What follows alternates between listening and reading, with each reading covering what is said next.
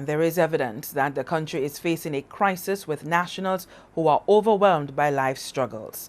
With an increase in the incidence of suicide, the director of Turning Point says it is a telling sign of what is happening with respect to the psychosocial existence of the people.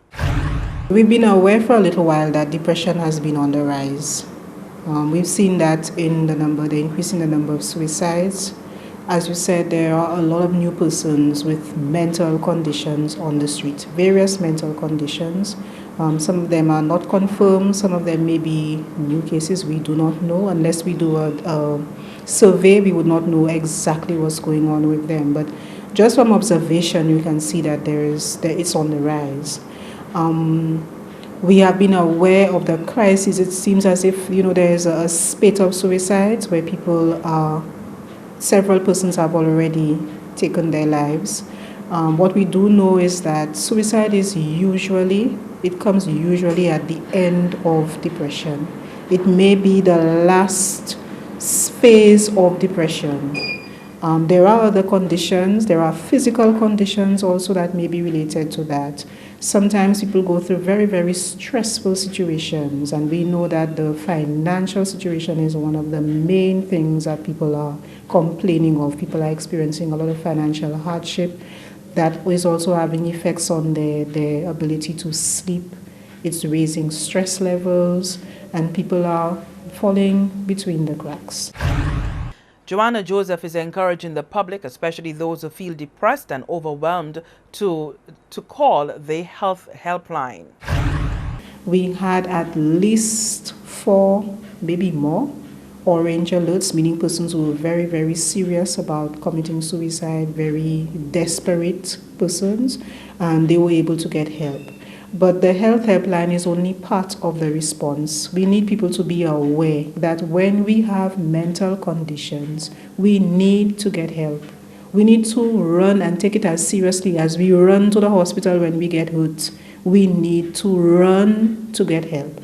Sometimes we prevent those persons who need help from getting help.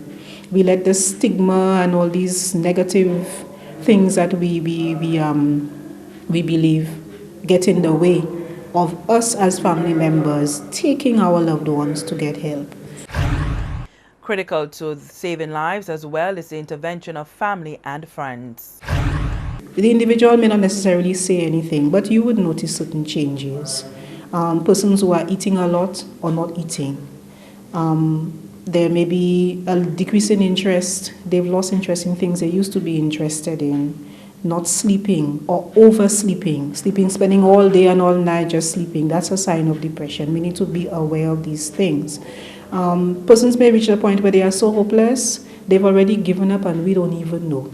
But when we see those signs, we need to take those things seriously, and especially when people indicate that they feel hopeless and that all they see in life is just to end it.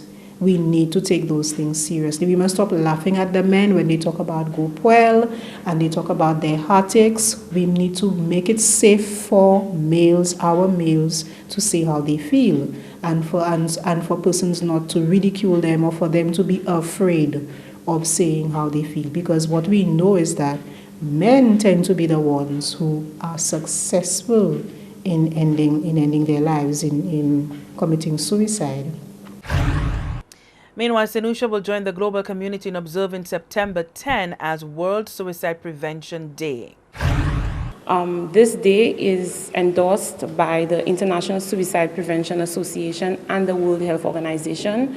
The theme for this year's activity is Preventing Suicide, Reaching Out, Saving Lives. The Ministry of Health has found it necessary to have some activities during the month of September in an effort to raise awareness of suicide prevention and the services which we offer for persons who are contemplating suicide. Recently, we have introduced the helpline.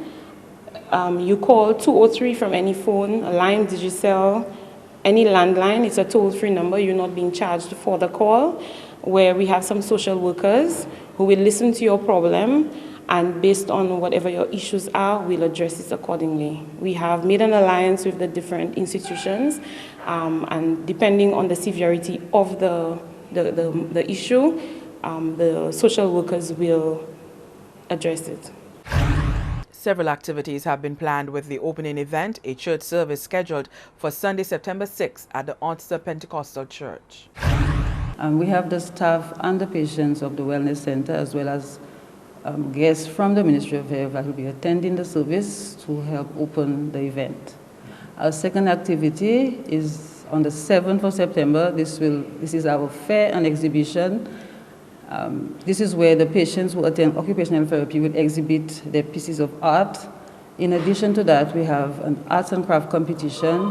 This is where the patients and staff came together, put together a piece of art that will also be exhibited on that day, and we will be given an award will be given to the best piece of art.